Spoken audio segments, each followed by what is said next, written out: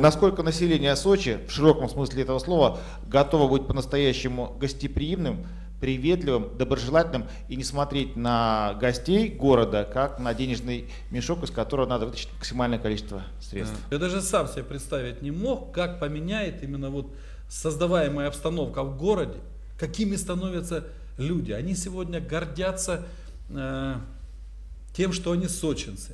Они гордятся за свою родину. Я вспоминаю 2009 год, когда все были против, 32% было против Олимпиады, потому что она создавала неудобства.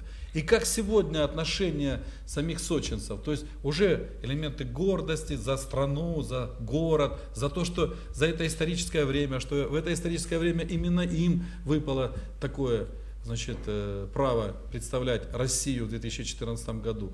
И гордость за свою страну. И мы видим, что все, даже те, кто страдает. Вот, если вы помните, я был на программе Первого канала «Свобода и справедливость», и туда прибыли, я не знал этого, что тот рынок, который мы снесли на Псову, он ужасный рынок, его давно уже было сносить. Но люди лишились своих торговых мест, давно созданных, пусть и очень неказистых, плохих, и плохие услуги там оказывались, но они их лишились. И когда мне задали вопрос, я ответил, что этот рынок должны были давно снести, но мы знаем, что у этих людей сегодня они могут остаться без рабочих мест. Я как мэр города гарантирую, что они получат, все сочинцы получат рабочие места, и мы строим этот рынок, мы там реконструируем Адлерский рынок, вот. То выступая тот, кто самый обиженный, кто добился того, что он приехал на эту программу, кто добился того, чтобы меня, пригласили, не объяснив даже причины приглашения. Тем не менее, он говорил, Олимпиада — это наша Олимпиада. Он больше всех пострадал, но он говорит, это наша Олимпиада.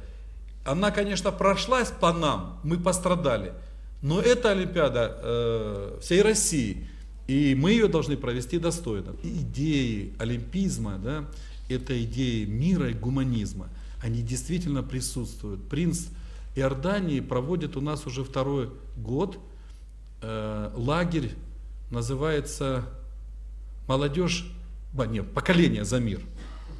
И в 2011 году в этом лагере уже принимали участие грузинские студенты. И знаете, было что символично? На закрытии этого лагеря девочка из Сочи красиво пела о Сочи, а мальчик-грузин на гитаре играл. И рядом стояли грузинские и сочинские, студенты, обнявшись на закрытии. И для нас они наши соседи, но знаете, что самые сегодня неблагоприятные, да, вот.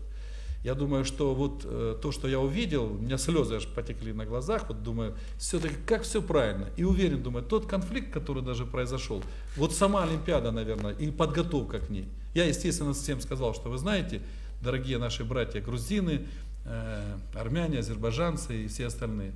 Город Сочи для всех нас, когда мы жили в советское время, был главным курортом СССР. Это наш город с вами, это наш город. Он и остался для нас с вами главным. И поэтому Олимпиада в Сочи — это не только Олимпиада нас, россиян, это и ваша Олимпиада. И они там начали аплодировать. То есть это есть вещи, которые действительно, Олимпиада, она действительно дает такие возможности и на самом деле чувствовать причастным себя к этому, это просто замечательно. У вас есть международный аэропорт. Когда в этот аэропорт будут прилетать прямые рейсы из Европы, из Америки, из Азии? Когда вы будете принимать иностранцев именно прямыми рейсами? И как вы будете их принимать? Хорошо. Во-первых, я могу сказать, что мы сегодня имеем прямые рейсы из Стамбула. Это окно в Европу, сами понимаете. Мы имеем прямой рейс из Вены. Естественно, что мы имеем прямые рейсы из других постсоветских республик. Это Армения, Узбекистан. Сегодня 25% акций аэропорта продано сингапурской компании. И Сбербанку там тоже где-то в таком, Сбербанк в компаньоне с этой компанией, и мы можем уверенно сказать, что сингапурская компания, естественно, будет привлекать такие авиарейсы. Не без проблем это все происходит. Вот, надеемся, что этот год будет переломным. Сколько туристов посетили Сочи в 2011 году и сколько из них иностранцев? И сколько планируете принять туристов по итогам текущего года? Можно ли говорить, что происходит увеличение потока туристов?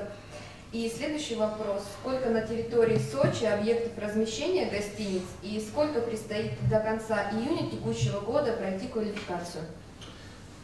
Ну, могу сказать, что да, у нас увеличение произошло, но не по пляжному, значит, курорту. Почему? Потому что по пляжному курорту я на самом начале с вами говорил, что мы очень благодарны патриотизму наших туристов, которые в том же количестве, в котором приезжали в 2008 году, и у нас процент не уменьшался и не увеличивался. То есть вот они, видно, одни и те же, как ездили, так и ездили. Но у нас построено 4, то есть из 4 3 уже работает горнолыжных курортов, и количество туристов увеличилось на эти горнолыжных курорты, благодаря в том числе и тестовым соревнованиям, на 60 тысяч туристов. Вот такое повышение.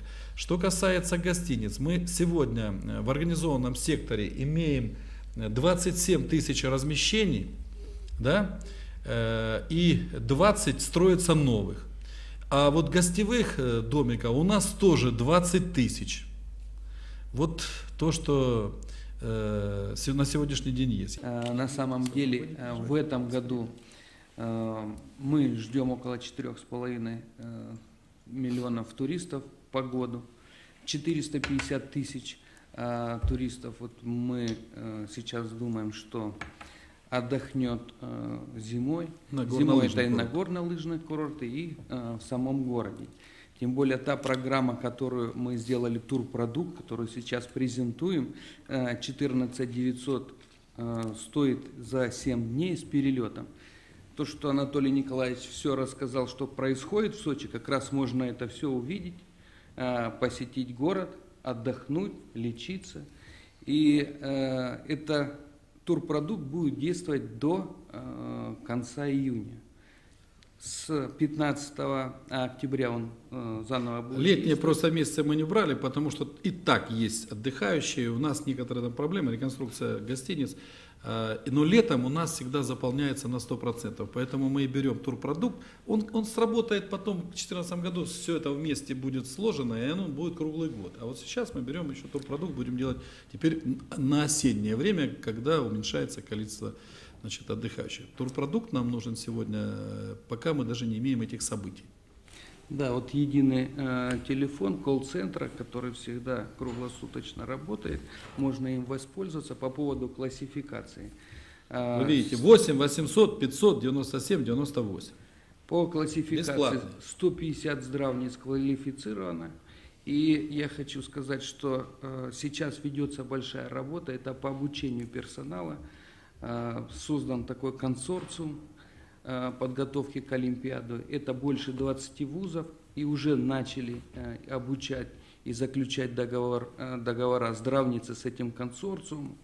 И мы в конце 2013 года уже все здравницы будут переучены по своим специальностям.